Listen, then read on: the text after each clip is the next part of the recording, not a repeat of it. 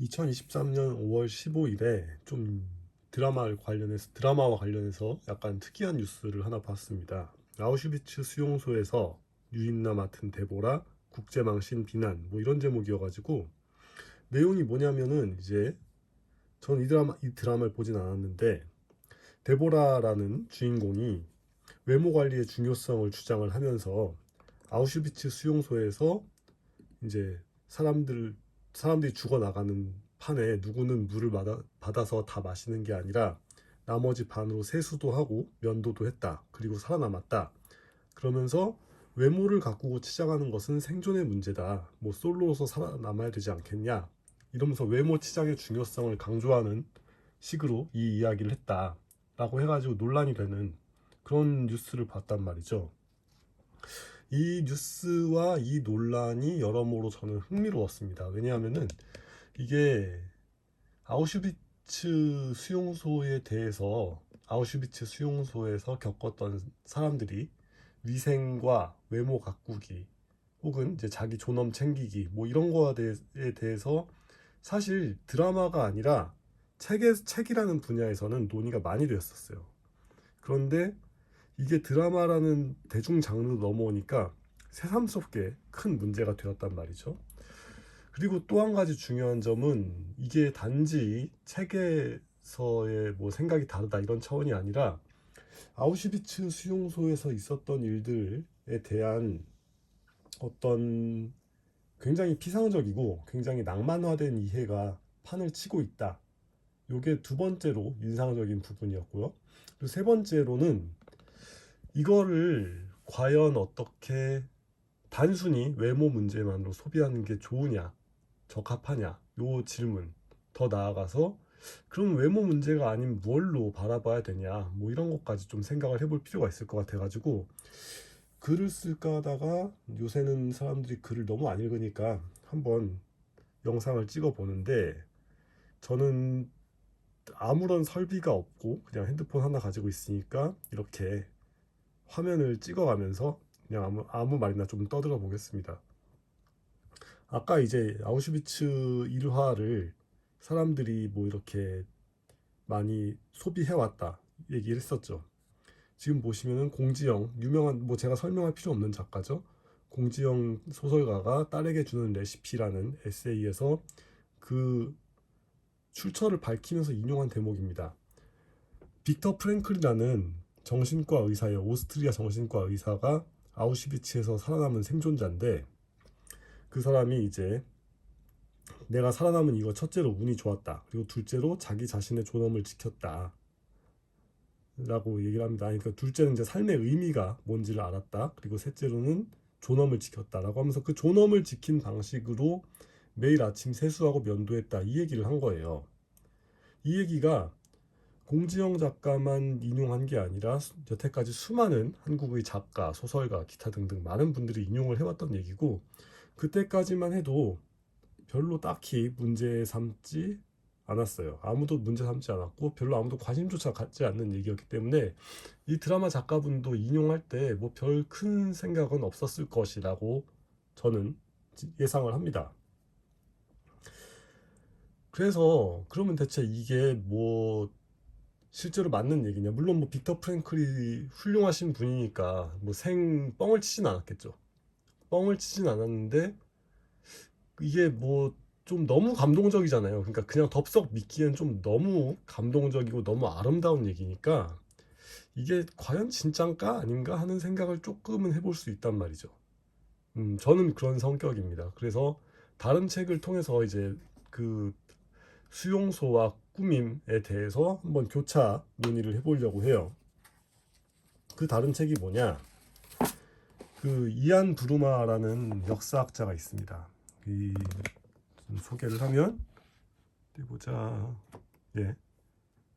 네덜란드 헤이그에서 네덜란드인 아버지와 영국인 어머니 사이에서 태어났는데 아버지가 아우슈비츠 생존자였을 거예요. 맞나? 그냥 생존자가 아니라 이 본인의 출신과 이 성장 과정 자체가 일종의 문화적 디아스포라 내지는 문화적으로 이렇게 여러 나라에 속해 있는, 그러니까 이질적인 문화 환경 속에서 자라온 그런 인물입니다. 그래서 자기 아버지, 이 책 자체가 자기 아버지 레오 부르마와 브라이언 어커트에게 바친다, 뭐 이렇게 되어 있는 그런 책이에요. 일단 책 자체에 대해서 소개를 조금 해야 되는데, 제목이 영년이죠. 영어로 얘기를 해야 조금 더 의미가 와닿습니다. 제로, 이어 제로. 그러니까 2차 세계대전이 끝나고 지금 우리가 살고 있는 세계가 만들어졌는데, 그 세계가 어떻게 태어났는가에 대한 책이에요. 그럼 2차 세계대전이 끝났을 때 당연히 벌어진 일이 뭡니까? 뭐 나치도 지고 일본도 지고 해서 2차 세계대전이 끝난 거죠. 그렇게 해서 우리가 알고 있는 현대 세계가 시작된 거니까, 그러면 그 현대 세계의 전개에 대해서 얘기를 하는, 그러니까 전쟁이 딱 끝난 그 시점을 통해서 2차 세계대전의 끝과 그 이후 세계의 형성, 요거를 다루는 굉장히 인상적이고 굉장히 야심찬 그런 책이라고 할 수 있어요. 자, 그럼 이제 오늘의 본론 부분으로 돌아가 봅시다. 이게 책의 앞부분이에요. 61쪽 제 1장인데, 그 수용소가 이제 해방이 됐을 거 아닙니까? 해방이 됐을 때의 상황을 이야기하는 그런 대목이에요. 자, 여기서 한 영국 의대생이 막사 안에서 있었던 목격하는 광경, 뭐 이거는 제가 다 읽긴 너무 길고 읽기가 힘들죠. 지금 뭐 보시는 바와 같이 읽기 힘든 부분이니까 그건 지나가고, 여기 이제 빨간색으로 포스트잇 붙여놓은 부분 있죠. 그 부분을 주목해 봅시다. 다양한 구호품이 들어왔는데 그 중에는 상당량의 립스틱이 있었다, 이거예요. 나중에 립스틱은 신이 내린 선물로 알려졌다. 영국 구급차 부대의 사령관이었던 고닌 중령은 이렇게 회고했다. 요거는 이제 이 대목부터는 글씨체가 작죠. 고닌 중령이 얘기한 것을 인용한 겁니다. 나는 강제 수용소 사람들에게 립스틱보다 더한 것은 없다고 믿는다. 시트도 없는 침대에 잠옷도 없이 누워있던 여성들도 주홍색 립스틱을 칠했고, 어깨에 걸친 담요 외에는 아무것도 없이 헤매고 다니던 여성들도 주홍색 립스틱을 입술에 칠했다.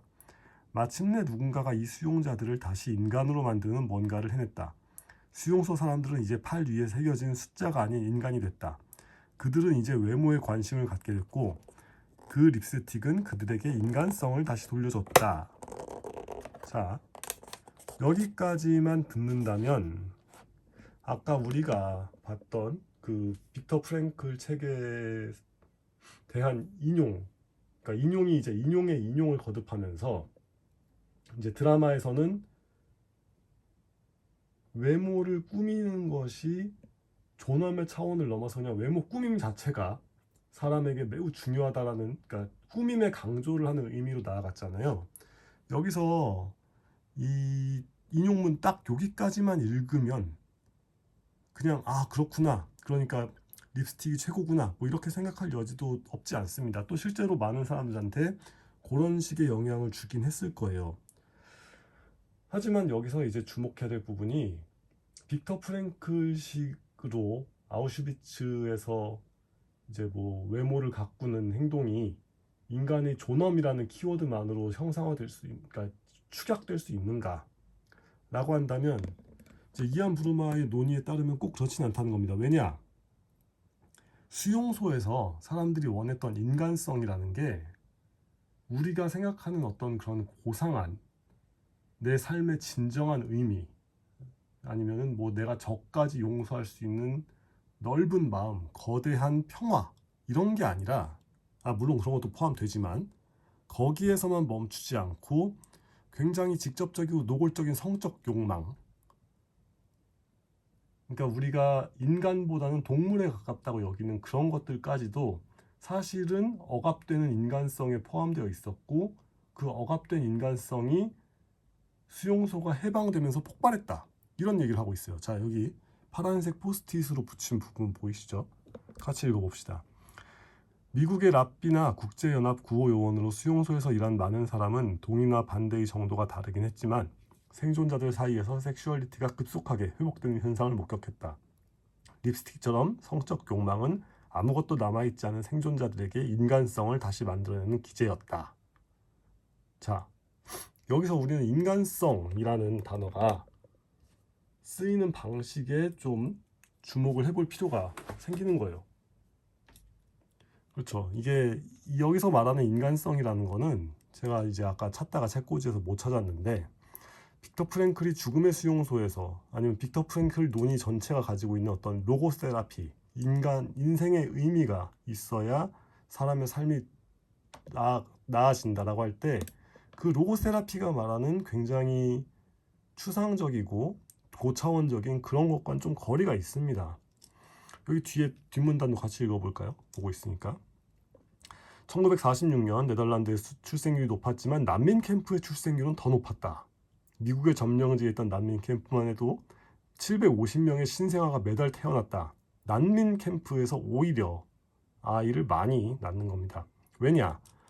마치 생존자들은 생존을 넘어 생산력도 살아있다는 것을 증명하기 위해 더는 기다릴 수 없다고 말하는 듯했다. 사람들이 빅터 프랭클처럼 많이 교육받고 굉장히 이제 고차원적인 삶의 의미를 추구하는 사람은 고차원적인 삶의 의미를 추구하지만, 대체로 많은 사람들은 꼭 그렇지는 않거든요. 그 직접적으로 먹고 자고 뭐 싸고 번식하고 이런 것들에서 삶의 의미를 찾는 사람들이 더 많습니다. 그런 경우까지도 포함하는 어떤 그런 넓은 삶의 의미가 수용소에서 수용소가 해방되면서, 그리고 난민 캠프로 전환이 되면서, 그러니까 수용소 자체를 활용했다는 얘기가 아니라, 전쟁이 끝나면 이제 난민들이 많이 생기잖아요. 그러니까 난민 캠프가 많이 생기고, 그 난민 캠프들 안에서 이제 벌어진 일들을 얘기를 한 건데, 아무튼 그래요. 그러니까 난민의 대부분들은 제약 없는 타락에 빠지고, 예, 술 마시고 섹스하는 것 외에 더 할 수 있는 게 뭐가 있겠냐? 일부는 오히려 도덕주의자였다. 그러니까 우리가 이 드라마, 지금 다시 드라마 화면을 보면서 얘기를 하면은, 요 드라마 건을 보면서 얘기를 할 때, 아니 어떻게 빅터 프랭클의 그 좋은 논의를 그렇게만 이야기하다니 라고 얘기를 하면은, 그것도 뭔가 좀 뭔가 좀 핀트가 안 맞는 얘기가 된다 라는 생각을 좀 할 필요는 있는 거예요, 분명히. 그렇죠. 왜냐, 실제로 수용소라는, 전쟁과 수용소라는 극한 환경 속에서 벌어진 일들은 당연히 고상하지도 않았고 굉장히 폭력적이었으며 굉장히 많은 고통을 그 안에 담고 있었기 때문에, 그 고통에서 벗어나 회복하는 인간성이라는 것도 굉장히 천차만별이고 다양한데, 가장 많은 사람들이 가장 빨리 적응하고 가장 잘 공유할 수 있는 인간성이라고 한다면, 다시 책으로 돌아보는 것처럼, 예, 여기서 말하는 것처럼 굉장히 직접적인 쾌락과 번식 행위, 그러니까 섹스라는 게 결국 번식 행위니까 그런 식으로 이야기가 흘러가 버리고 말았다라는 그런 측면까지 이해할 필요가 있는 겁니다. 자, 여기 인용되어 있는 문장을 다시 위에 읽어볼게요. 모든 과거의 고난은 잊힐 것이고 자유가 그들을 절대 잘못될 일 없는 세상으로 데려다 줄 것이다. 그런 그들이 완벽한 세상이 아닌 난민 캠프에서 불행한 삶을 살고 있으며 사랑하는 사람을 잃고 어떤 희망도 없다는 사실을 발견하면 술이나 섹스에서 도피처를 찾았다.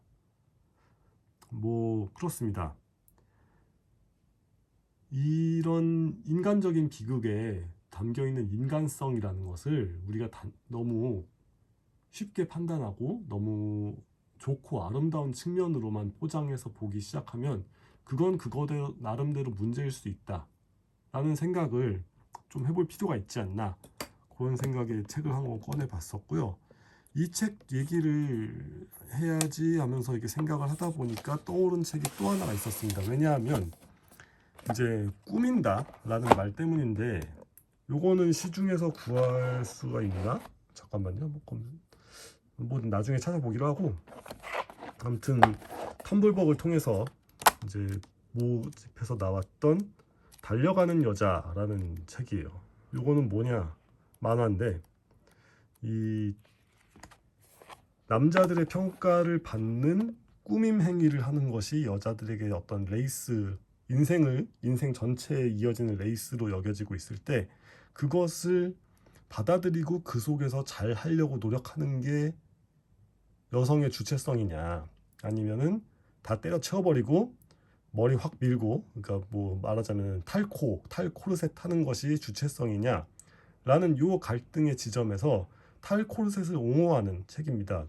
저는 이걸 펀딩을 할 때 샀죠. 왜냐, 자료로서 굉장히 유의미하기 때문에 사뒀는데요. 자, 갑자기 이 책을 꺼낸 이제 맥락을 대충은 이해를 하실 거예요. 누구라도. 뭐냐, 립스틱. 그러니까 지금 우리는 수용소의 립스틱을 계속 얘기를 하고 있었으니까, 수용소에 있는 사람들이 립스틱을 칠하는 행위가 인간적이다, 인간성을 되찾는 행위다, 여기까지는 모든 사람이 동의를 할 수 있습니다. 그런데 그 인간성을 되찾는 행위에서의 말하는 인간성이라는 게 어떤 고차원적인 아름다운 인간성, 우리가 말하는 어떤 고급진 인간성이 아니라 진짜 말 그대로 그 뭐 이렇게 좀 이렇게 뭐 직물적인, 뭐 이렇게 이게 대충 이해하시겠죠. 뭐 그런 아주 넓은 의미의, 그리고 아주 직접적이고 뭐 교양 없는 뭐 그런 종류의 인간성까지도 포함하는 것이냐라고 했을 때, 빅터 프랭클은 아우슈비츠 경험자고 이안 부르만은 역사학자지만, 이런 경우에는 여러 사료를 모아가지고 분석해본 역사학자의 논의에도 좀 귀를 기울여볼 필요가 있다. 그래서 그 인간성이라는 것이 굉장히 다양한 층위로 발휘가 되었고, 우리가 그런 측면도 이해를 해야 된다라고 이제 제가 두 번째로 얘기하는 게 그 부분이잖아요. 그래서 세 번째로는 그 맥락을 우리가 이렇게 저렇게 해서 여자는, 그러니까 여자건 남자건 이성에게 혹은 뭐 동성에게 관심이 있으신 분이라면 동성에게 잘 보이기 위해서 꾸미는 것, 그것이 우리가 뭐 아우슈비츠에서 살아남기 위한 인간성을 지키기 위한 꾸밈과 1대1로 대조하는 것이 과연 맞는 일이냐, 요 질문까지 넘어가 볼 수가 있는 거예요. 저는 개인적으로는 저 자신은 벌써 한 20년은 안 됐고 한 10 몇 년째 하다 보니까 편해가지고 빡빡머리로, 자발적으로 빡빡머리로 살고 있습니다만, 여성들이 빡빡머리를 하는 건 좀 완전히 다른 얘기죠. 그리고 그게 어떤 정치적인 선언이 될 수밖에 없어요. 이게 심지어 딱히 정치적인 선언을 하지 않으려고 했었던 몇몇 연예인들이, 여성 연예인들이 빡빡머리를 해도 그게 막 되게 큰 화제가 되니까. 그러니까 우리가 이 여성의 꾸밈, 여성의 어떤 그런 여성의 여성성의 재현, 내지는 뭐 그런 여러 가지 이제 복잡한 페미니즘적인 주제가 있는데, 그런 거를 얘기를 하는 거는 훨씬 논의가 복잡하고 어려워지고, 한 발 잘못 디디면은 굉장히 많은 논란을 불러일으킬 수 있는 지점이니까, 제가 지금 여기서 그거를 딱 단정 짓겠다는 게 아니라, 수용소, 존엄, 나 지키기, 거기서 곧장 립스틱으로 넘어가서 예쁘게 잘 꾸미는 것이 최고다라는 식으로 논의로 넘어가는 게, 적어도 외국인 시청자들이 볼 때는 뜨악할 여지는 분명히 있었다. 뭐 요 정도까지는 얘기할 수 있을 것 같다, 이 얘기예요. 그러니까 제가 이제 이 작품을 당연한 건 아니고, 제가 되게 특별히 관심을 가질 만한 작품은 아니었기 때문에 안 봤죠. 안 봤고 심지어는 이 클립조차 보지 않았습니다. 그냥 이렇게 기사에서 인용된 부분만 보고 하는 얘기인데, 뭐 대체로는 다들 그렇게 인용된 것만 보고 얘기할 테니까 저도 한마디를 덧붙이자면, 뭐 해외 시청자는 평생 동안 이런 비유를 들을 줄 몰랐다 라고 하던데, 물론 이 해외 시청자가 프로 불편러일 수도 있겠지만, 한국에서 빅터 프랭클이라는 그 어쨌건 굉장히 이제 중요한 이름이에요. 독서가들한테는 꽤 이제 많이 팔린 책이고, 죽음의 수용소에서는 그 누구도 태클을 걸지 않는 명저란 말이죠. 그런 책에서 나왔던 이야기가 이렇게 저렇게 돌고 돌아가지고 립스틱을 칠하는 것을 여자가 자기 치장을 하는 것을 그러니까 일상화된 거잖아요. 일상화돼 있고 심지어는 꾸미지 않으면 되게 어색해하는 그런 상황이 되어 있는 거에서 그것을 아우슈비츠에서의 꾸밈과 비교하는 것이 온당하냐라는 요 질문을 하려면은 두 가지 층위가 동시에 있는 거예요. 아우슈비츠에서 혹은 거기 말고도 수용소는 굉장히 많았습니다. 여러 가지 유대인 수용소, 그러니까 유대인뿐 아니라 이제 많은 사람들을 그러니까 집시도 넣었고 동성애자도 넣었고 아무튼 많은 사람들을 넣었는데 그런 수용소에서 벌어졌던 일들을 이렇게 빅터 프랭클 같은 우아하고 고상한 방식으로만 그러니까 이 의미, 삶의 의미, 인간성 뭐 이런 것들을 그렇게 좋은 측면만 이야기하는 게 좋은 논이냐, 바람직한 논이냐, 요게 첫 번째 질문이 되고 두 번째 질문으로는 지금 우리 사회에서 여성도 그렇고 요새는 남자들도 이제 많이 꾸미는 거에 신경을 쓰죠.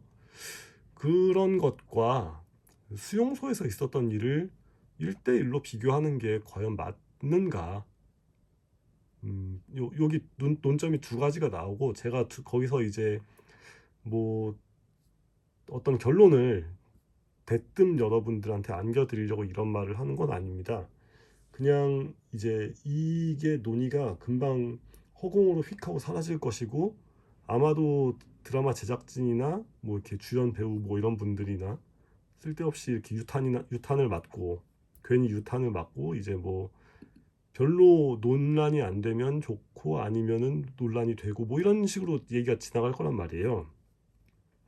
그러기보다는 어쨌건 이제 중요한 일이 있으니까 중요한 일, 그러니까 이 자체가 많은 사람들에게는 그렇게 중요한 일은 아니겠지만 여기 담겨 있는 주제들은 중요한 거니까